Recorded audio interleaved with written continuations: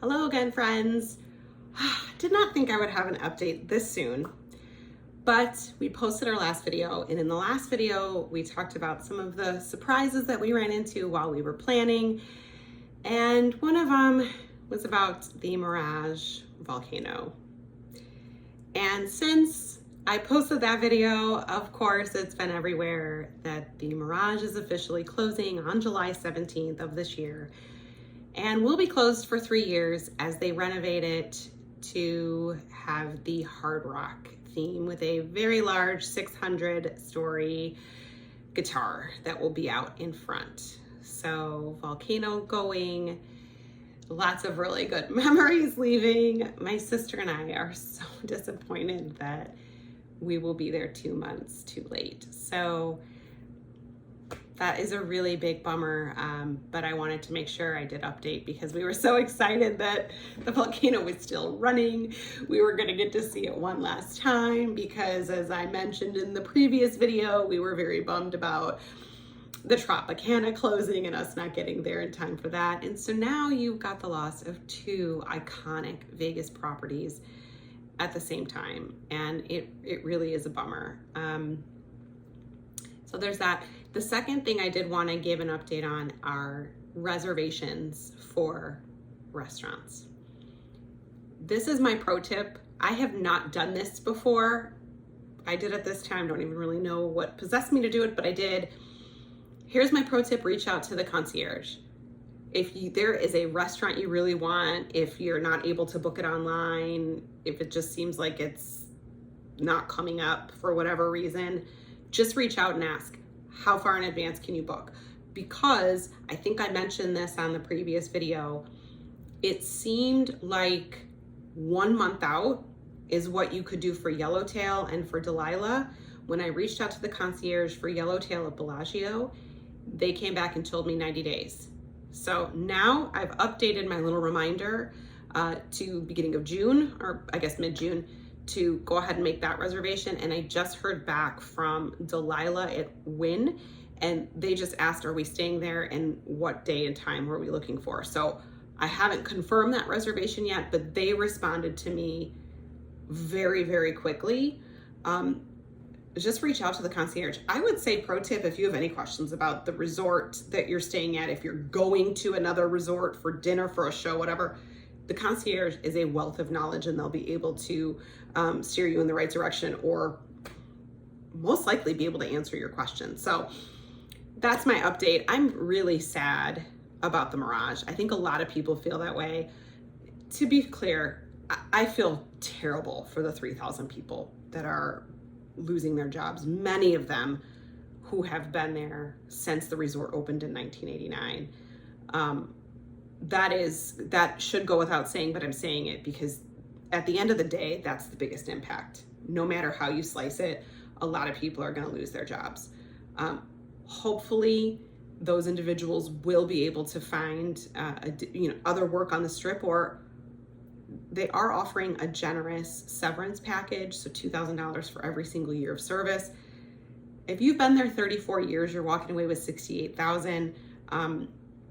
Not bad, right? Some places say you're done and they don't give you anything as a severance. That is actually really generous. I really hope they all land somewhere. I hope that there's those that can take some time off and celebrate the tenure, the career they had at the Mirage. So that should go without saying. Personally, I have a lot of feelings because Mirage was the second place I ever stayed in Vegas. So my very first trip, my mom took me to Luxor. And you know what? It was a very impromptu trip. I was only 19 at the time. She was supposed to go with a friend who bailed at the last minute, and she ended up asking me to come. And it had been a really challenging year for me. I had been diagnosed with cancer right before I turned 19. And I had gone through chemo and radiation, had lost all my hair. It was rough. It was really rough. And so I was really excited to go to Vegas, but of course I was underage, so I didn't really know what to expect. It was one of the best trips with my mom I've ever had. It was just the two of us. We stayed out late. She let me drink. The first day at the pool at Luxor, she asked me what I wanted to drink. And so I said very tongue-in-cheek, oh, I want a banana daiquiri. And she said, okay. And she came back with a banana daiquiri that wasn't a virgin banana daiquiri. And I thought, oh, this is how this trip is gonna go. And it was an absolute amazing adventure with my mom. We had a blast.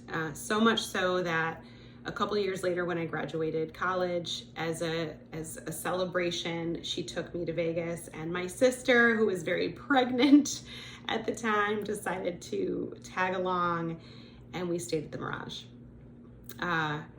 They had a coffee shop called the Carib Cafe. I still think, hands down, my favorite quesadilla of all. We gambled there so much. I've had some really good luck there. My sister and I ended up staying there when we went in 2009 for our girls trip. We went October of 2009 and we stayed at Mirage. We went to the spa there. It was lovely. It was kind of cool outside.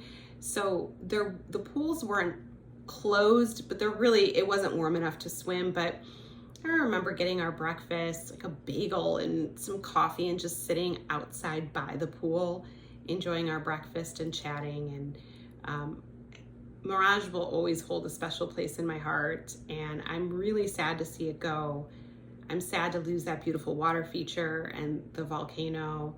And I'm sad because we lost our mom in 2014. It's been 10 years this June, and some really good memories from Vegas, but also from the Mirage that obviously I'm not gonna lose just because the Mirage is gone, but it was symbolic, and it does make me sad.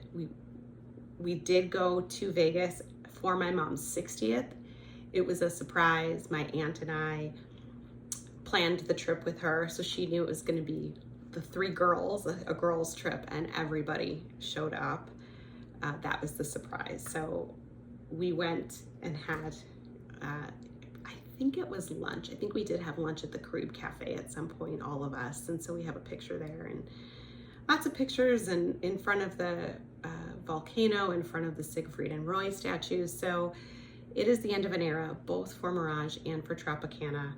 A lot of really good memories that I will take with me, and hope that the Hard Rock can do that site justice and come back in a couple of years' time with a really cool new casino and a new feature on the strip. But it is the end of an era, so we pay homage to Mirage, and we bid it a very, very fond farewell.